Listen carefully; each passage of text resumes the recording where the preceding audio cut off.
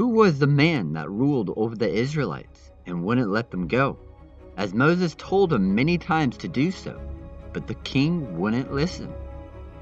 In this episode, we take a look at two of the thoughts of who the king of Egypt was during the Exodus.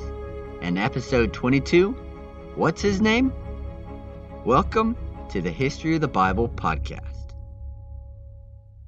Last time we left off looking at the Exodus and the Egyptian king and who he was. Now there are some people that complain and say that the Bible isn't real or accurate because it doesn't have the name of the king of Egypt written down.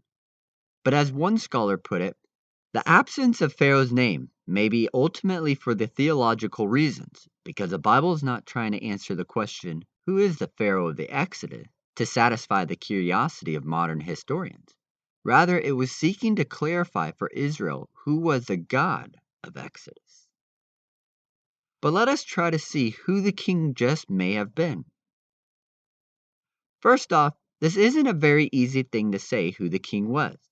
Taking into consideration the different dates of the Exodus, either around 1445 BC or 1225 BC, we would think that it would be easy just to find the pharaoh that lined up with those dates.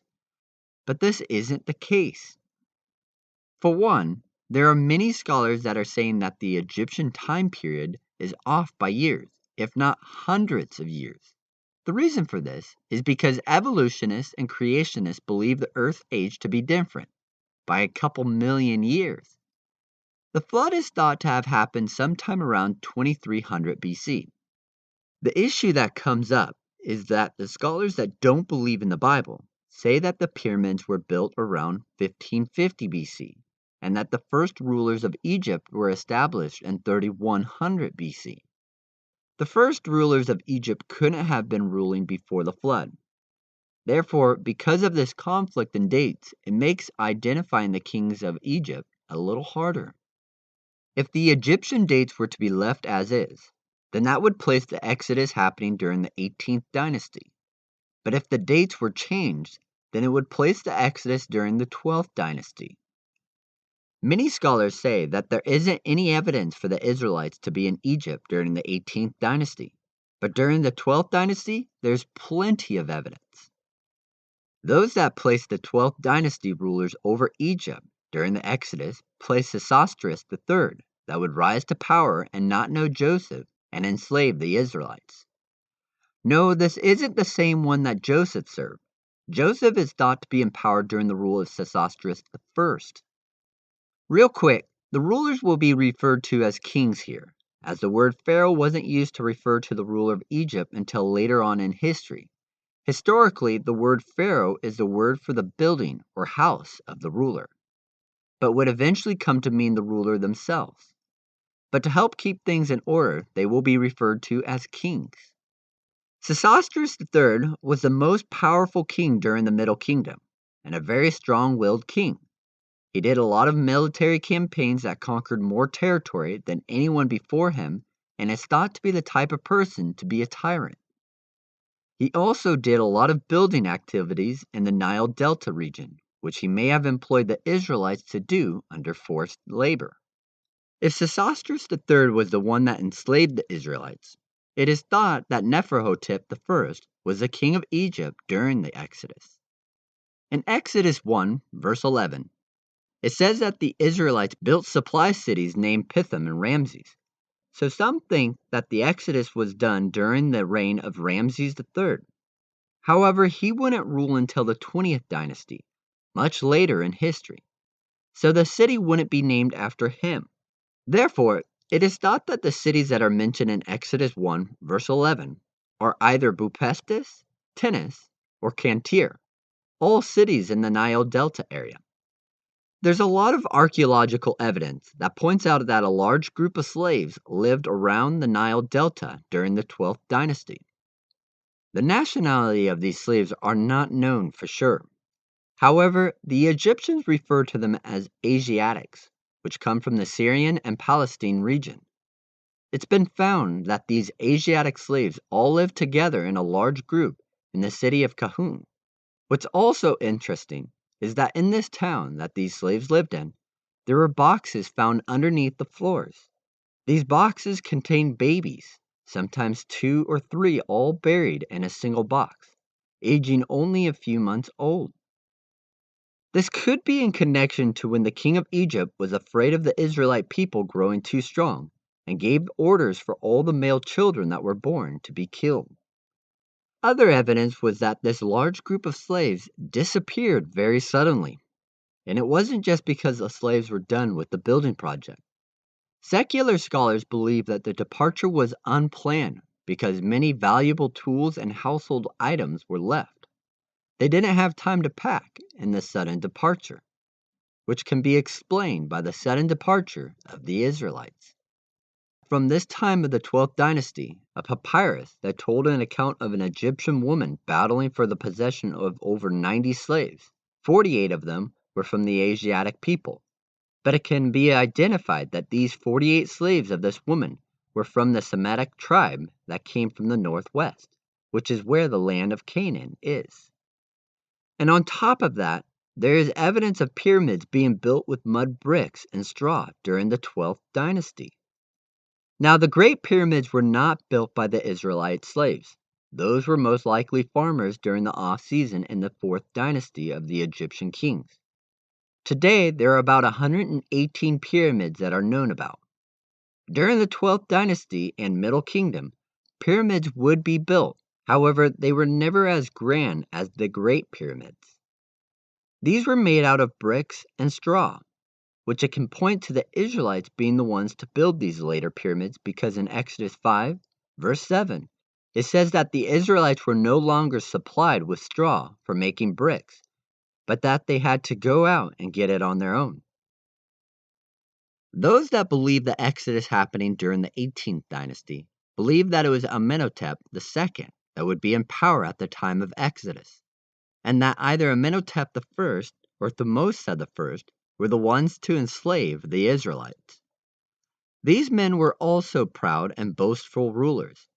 But also, the Ebers Papyrus mentions that an astronomical event happened in the 9th year, month 3, season 3, day 9 of Amenhotep I's reign, in which the rising of the star Sothis is seen, meaning that an event happened in outer space that astronomers today can pinpoint this event around 1541 BC.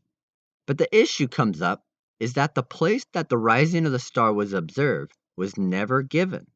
It was just assumed that it was from Memphis, the Egyptian capital at the time. But if the observing of the star happens elsewhere, it could cause the dates to be totally off. Also, new moons are recorded, but if the date for the new moon is off by 1 day, it could cause the date to be off by 11 or 13 years. Once Amenhotep I's reign is dated, scholars simply count the years of the kings until they get to Amenhotep II, which is the one that is thought to have been the king during the Exodus. During the reign of Amenhotep II, it was said that there was an all of a sudden lack of military action in Egypt beginning in 1446 BC, which could be due to the fact that much of the Egyptian army was drowned in the Red Sea. It is also said that the successor of Amenhotep II, Thutmose IV, was not the legitimate heir to the throne. Because what we'll find out later is that the firstborn son of the king died from the last of the 10 plagues, and usually the firstborn son would step into their father's position of king. The thing that comes up with saying that Amenhotep II was the king during the Exodus is that his body was mummified and is still around today. That would mean that he didn't drown from the Red Sea and later died from natural causes. And actually, his reign isn't thought to have ended with the Exodus, but it continued for many years. Therefore, some scholars conclude that the Egyptian king didn't die in the Red Sea, but that only his army did, and that would explain why in the year 1446 BC there was a lack of military campaigns because the Egyptian army was lost in the Red Sea. But other scholars propose that the real Amenhotep II did die in the Red Sea, and that a quick substitute was placed in power with the same name as Amenhotep II, so that there was no time between the death of one and the rise of power of the other. But why would there be two men that ruled when the history books say that there was only one man? Well, there is a mummy that is not yet identified, and it fits the description of the age and time of the death that would fit the time period of the Exodus. Plus, to prevent panic and a power vacuum, a quick replacement would be needed. In Exodus, it doesn't say that the king died with his army in the Red Sea, but that it was just his army that was drowned. However, in Psalms 136, verse 15, it says that God hurled, overthrew, or swept, depending on the translation, the king of Egypt and his army into the Red Sea.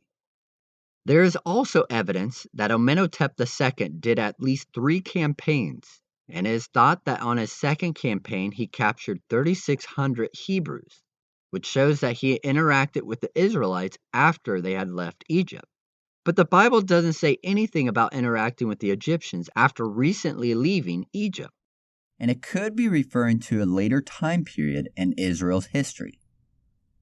Another thing that is used to show that Amenhotep II was the king during the Exodus, that his grandmother's name was Hatshepsut. She would be removed completely from history, which is thought to be due to the reason that she may have been Moses' mother-in-law.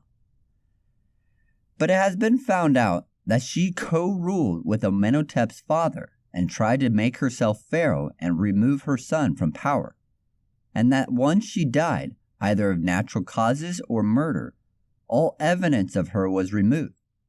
So it might not have been due to her being connected to Moses, but that she was trying to take the throne. But that does bring up another question of who was Moses' stepmother.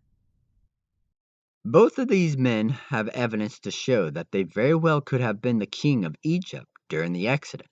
More evidence shows, however, that the Israelites were enslaved during the 12th dynasty, and not much has been found showing the Israelites in Egypt during the 18th dynasty. And this would place the Exodus happening in the reign of Neferhotep I. But leaving the time period of ancient history alone, just based on dates, would place the Exodus happening during Amenhotep II. Now that it has been narrowed down to at least one of the two kings that could have been the ruler of Egypt during the time of Exodus, let's take a look at other things that may put some light on who it was, such as who the stepmother of Moses was.